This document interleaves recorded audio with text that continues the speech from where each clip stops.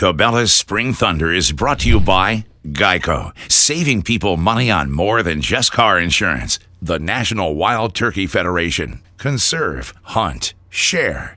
ScoutLookWeather.com. Never trust a weatherman who doesn't hunt. And Cabela's, it's in your nature.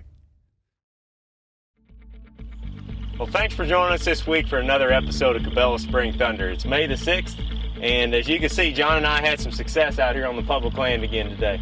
Yep, this is our third bird out here, and it was a heck of a hunt, that's for sure. But on this week's show, we've got several awesome hunts from all over the country and a couple of cool motion decoy tips that any of you can try at home. So we're going to get this bird to the house, and we hope you enjoy this week's show.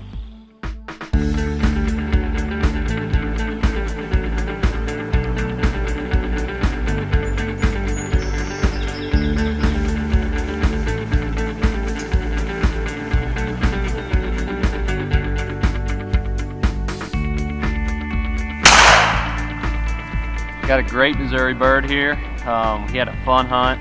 That's what really turkey hunting is about for me. It's about just having a lot of fun and getting your heart pounding. And this did it. Gobbler came in and bam, we made it happen. We've got a big gobbler hung up about 250 yards out. I think we're going to try to get the starter decoy, go to the top of the snow and see if he sees us. It should bring him in. He's got a couple of hens out there, but the tom should do the job.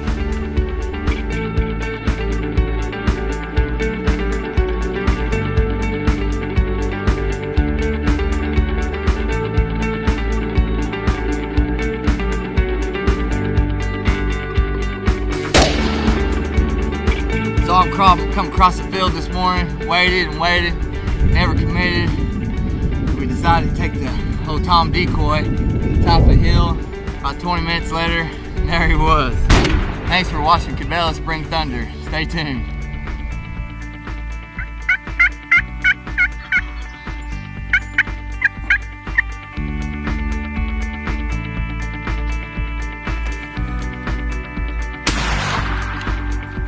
My first ever Michigan bird. Heard him gobbling all morning. Thanks for watching the show. Keep watching Cabela's Spring Thunder. There's still a lot more hunting left and a lot of good shows coming your way. Thanks, guys.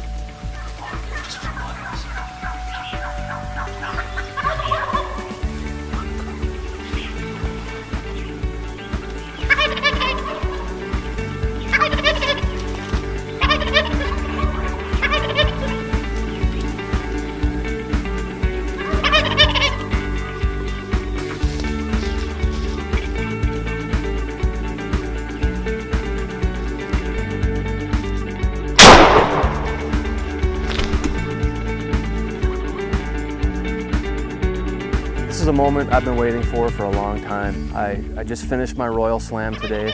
Turkeys flew down, we were in birds right away. The shot, 8 steps. I was using Federal Premium's 3rd Degree. It's a new turkey load that's made to shoot turkeys at any range, from 10 yards all the way out to 50 yards. And the 3rd Degree gives you a little bit more room for error at close range. And as you saw, this bird went right down, and I really couldn't be happier with the results. Well, it's mid-morning, it's about 10 a.m. and John and I are out on the public land today. The wind got up right after daylight. It's blowing probably 20 miles an hour, but what we decided to do is come out here and start hitting the edges of these fields. And we spotted a tom in this next cornfield. He's about 500 yards away. He's working his way this direction. There's a little dip in between the two fields, so he just went down there into it. We're going to try to get the decoy snuck out here, and then John and I are just going to pile into this brush. We're going to have to make a setup work because there's no tree in here. So we're going to get set up. He's by himself. Maybe we'll be able to bring him in. Just lay down right there, John. There you go.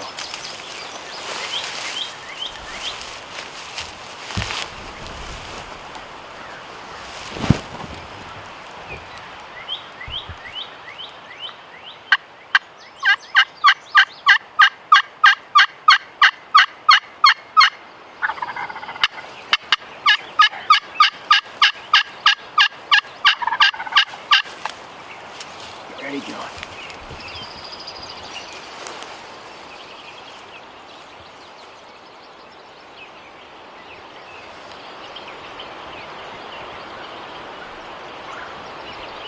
There he comes.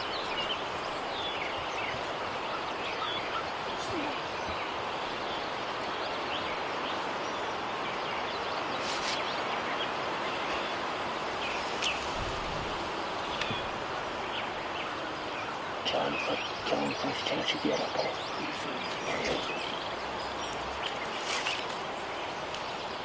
Keep killing.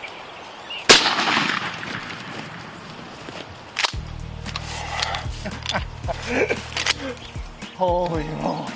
How about that, John Lewis?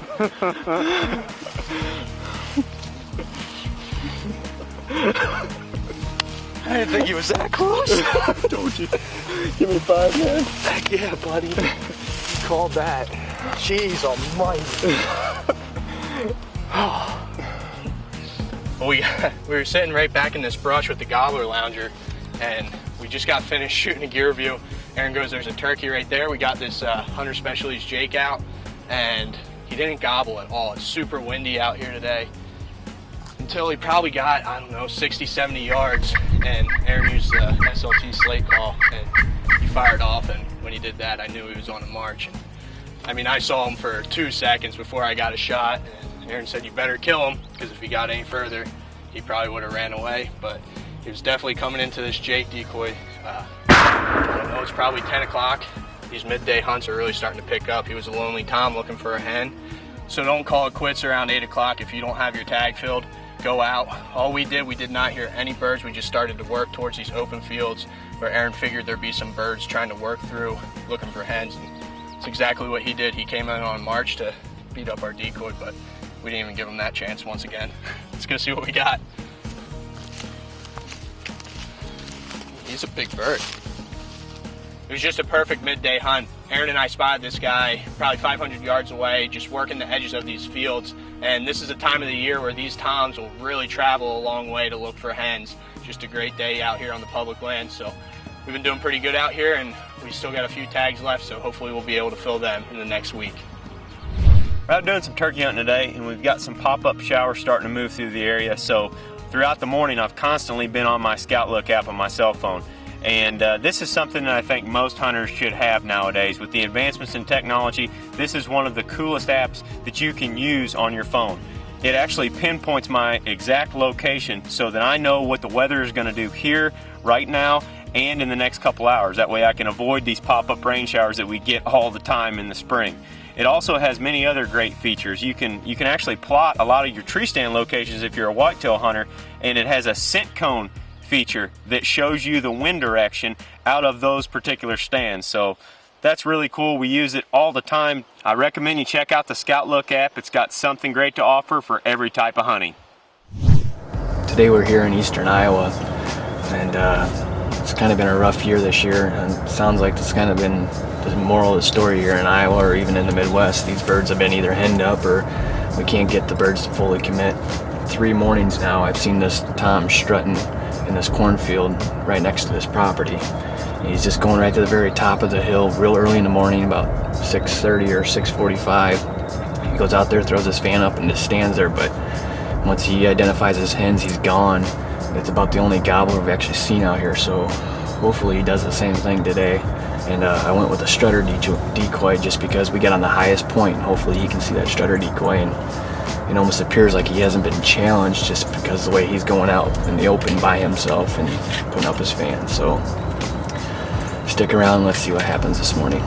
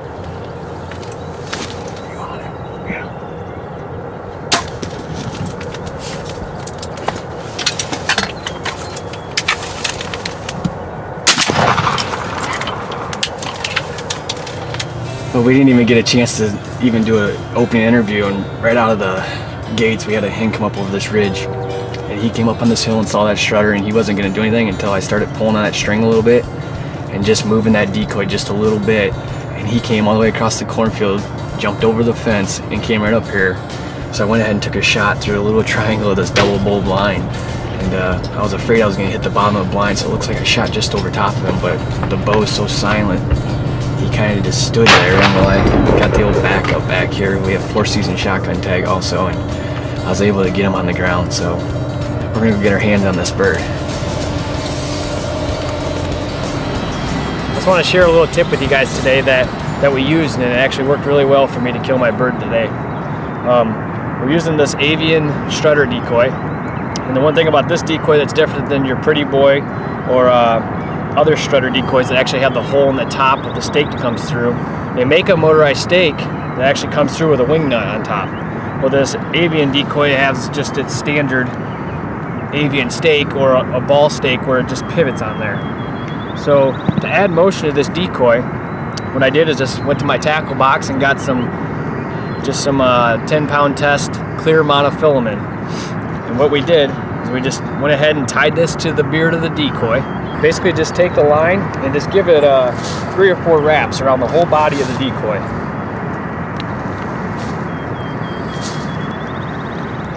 After we wrap the fishing line around the decoy, basically just take and unwind it and run it back to the blind. And what's going to happen when you get it back to the blind, and with that stake at a little bit of a slant, see how it naturally just wants to float to that position. I was able to just lightly pull on this line and find that sweet spot where then he'll roll back and I can keep all my wraps. But in the time that I actually want to go ahead and do a 360-degree spin, if that's what I need to do to fire that tom up, I can go ahead and do it. And I still have 3 more wraps. And you'll notice in my hunt today, I was able to just kind of just keep moving that fan against him as he's coming up this old logging road here. And then if I wanted to actually get that bird to face him, I'd have to go a full 360, or in the case he was in this cornfield, I was able to face him right towards the tom coming in and really fired that gobbler up today. I hope you guys try this out. I think it really works well, and it can add some realism to your decoy spread.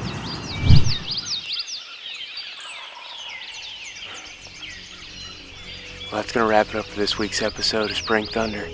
Appreciate you joining us.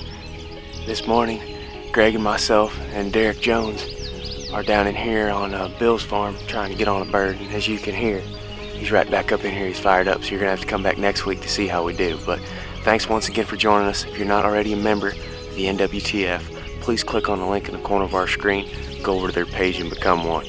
We'll see you next Monday, right back here for the next episode of Cabela's Spring Thunder.